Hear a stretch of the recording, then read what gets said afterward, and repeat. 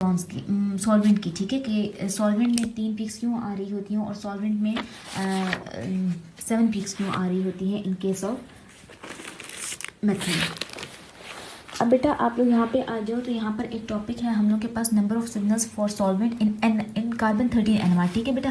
Carbon 13 का करवा रही हूँ, ठीक है, प्रोटॉन के लिए अलग होती हैं, फिलहाल कार्बन 13 का करवा रही हूँ आप लोगों को। अब आप लोग देखो बेटा कि अगर तो आप लोग सॉल्वेंट यूज़ कर रहे हो मेथनॉल, ठीक है, मेथनॉल में अभी आप लोगों को जो डी नज़र आ रहा है बेटा, ये ड्यूट्रिएटेड आप लोगों के पास हाइड्रोजन होते हैं, ठीक है, हैवी वाटर जिसको आप लोग नॉर्मली कह रहे होते हो। तो आप लोग ड्यूट्रिएटेड प्रोटॉन्स या ड्यूट्रिएटेड हाइड्रोजन यूज़ करते हो, रिप्लेस करते हो अपने प्रोटॉन्स को ड्यूट्रिएटेड प्रोटॉन्स के साथ, ठीक है। तो अब आप लोग देखो बेटा कि यहाँ पर अगर आप लोग जो है वो ड्यूट्रिएटेड मेथनॉल यूज़ करोगे तो आप लोगों के पास डेल 49 ppm आप लोगों को 7 पीक्स नज़र आएंगी कुछ इस तरह की, ठीक है। वो क्यों नज़र आती हैं बेटा, क्योंकि आप लोगों के पास जो है वो एक फार्मूला होता है, पहले आप लोगों को बताया था n+1 रूल, ठीक है, कि स्प्लिटिंग पैटर्न के लिए, ठीक है। यहाँ पर भी तो आपकी जो सिंगल पीक है वो स्प्लिट होकर 7 में हो रही है, ठीक है। तो आप लोगों ने यहाँ पर अब क्या लगाना है, 2n+1 रूल। बेटा आप लोग n+1 रूल मैंने आप लोगों को बताया था कि हर कंपाउंड पे या हर चीज़ पर वैलिड नहीं होता, ठीक है। ये सिर्फ उन न्यूक्लिया के लिए वैलिड होता है जिनका आपके पास आई जो है वो इज़ इक्वल टू हाफ हो, ठीक है। अब आप लोग बेटा यहाँ पर आ जाओ, तो ये आप लोगों के पास जो प्रोटॉन है, ठीक है, प्रोटॉन का आई जो है वो आप लोगों के पास इक्वल टू हाफ होता है, लेकिन आप लोगों के पास ड्यूट्रियम का आई जो है दैट इज़ इक्वल टू 1 होता है बेटा, ठीक है। इसलिए इस पर n+1 रूल आप लोग नहीं लगा सकते, इस पर जो रूल आप लोग लगाओगे वो होगा 2ni+1 रूल, ठीक है। ये 2ni+1 रूल होता है, ठीक है। जिन न्यूक्लियाई पर आप लोगों का जो है वो n+1 रूल नहीं अप्लाई होगा तो उस केस में आप लोग फिर यहाँ पर आओगे, ठीक है।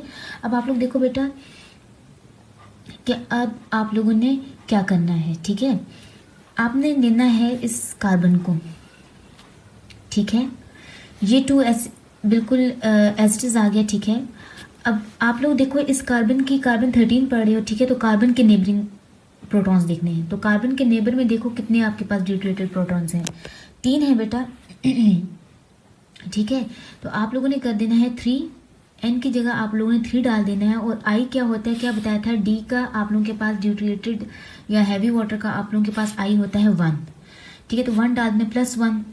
अब देखो बेटा ये क्या हो गया, 2 × 3 is equal to 6, 6 + 1 is equal to 7। बात क्लियर हो रही है। तो आपके पास मेथनॉल के केस में कितनी पीक्स आएंगी, मेथनॉल के केस में आप लोगों के पास पीक आएंगी 7, जो आप लोग कुछ ऐसे शो करोगे, ये ऐसे होते हैं, ठीक। कार्बन 13 में अगर आप लोग मेथनॉल में अपना सैंपल डिजॉल्व करके रन कर रहे हो तो आपके स्पेक्ट्रा में 49 ppm पर आपको 7 पीक्स मिलेंगी, और वो पीक्स हमेशा सॉल्वेंट की होंगी मेथनॉल की।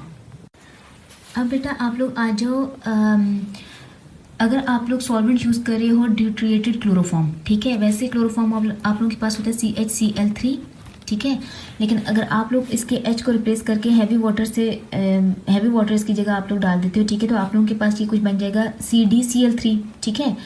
अब आप लोग देखो कि यहाँ पर आप लोगों को जो यहाँ से बात स्टार्ट हुई थी कि आप लोगों को ये 3 पीक्स मिलती हैं और 77 पर मिलती हैं, ठीक है, 3 पीक्स मिलती हैं, ये सॉल्वेंट की हैं। ये बेटा कैसे मिली, ये भी आप लोगों को 2ni+1 रूल से मिली हैं, ठीक है। अब आप लोगों ने क्या करना है कि आप लोग देखो कि आपके 2, ठीक है, और कार्बन के नेबर में कितने प्रोटॉन्स हैं, सिर्फ 1 है, ठीक है। तो आपने ये 1 डाल देना है, ठीक है, 1 डाल दिया आप लोगों ने, ठीक है। और आई इसका क्या होता है, आपका हैवी वाटर का आई इज इक्वल टू 1 होता है, ठीक है। तो आप लोगों ने यहाँ पर 1 डाल देना है, 1+1, बात क्लियर होगी।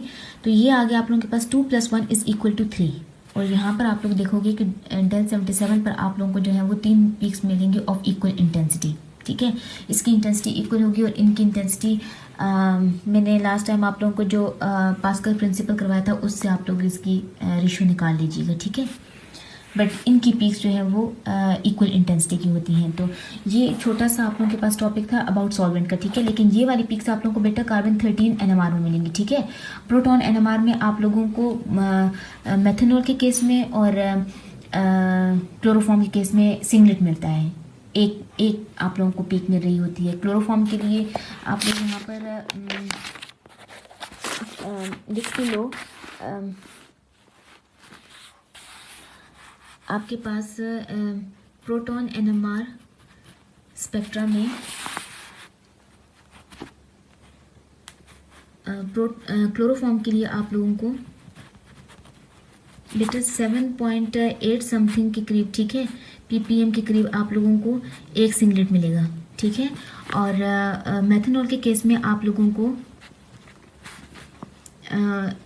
4 पॉइंट समथिंग, अब मुझे एग्जैक्ट वैल्यू नहीं पता, 4.3 और 4.8 आई थिंक, इसके करीब करीब आप लोगों को जो है वो एक सिंगलेट मिलेगा, ठीक है। यहाँ पर बेटा आप लोग देखो जरा,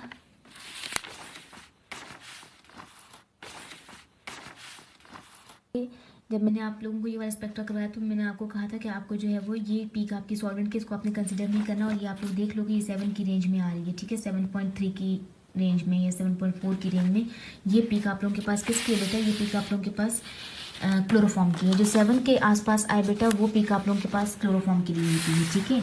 जो 4 के आसपास आए वो पीक आप लोगों के पास मेथनॉल की होती है। तो ये कुछ पीक्स सॉल्वेंट्स की होती हैं, इनको आप लोगों ने काइंडली कंसिडर नहीं करना, वो आपके पास प्रोटॉन की या आपके कार्बन की नहीं होती, ठीक है। तो इस चीज़ को आप लोगों ने ज़रा ध्यान में रखना है, इस चीज़ को लेकर आप लोगों ने कंफ्यूज नहीं होना। ये जो सारी आपको मैंने करवाई बेटा, जो स्पेक्ट्रा मैंने आप लोगों को अभी जो कुछ टेक्निक्स करवाई, ये सारी थी आप लोगों के पास 1D NMR स्पेक्ट्रोस्कोपी, ठीक है।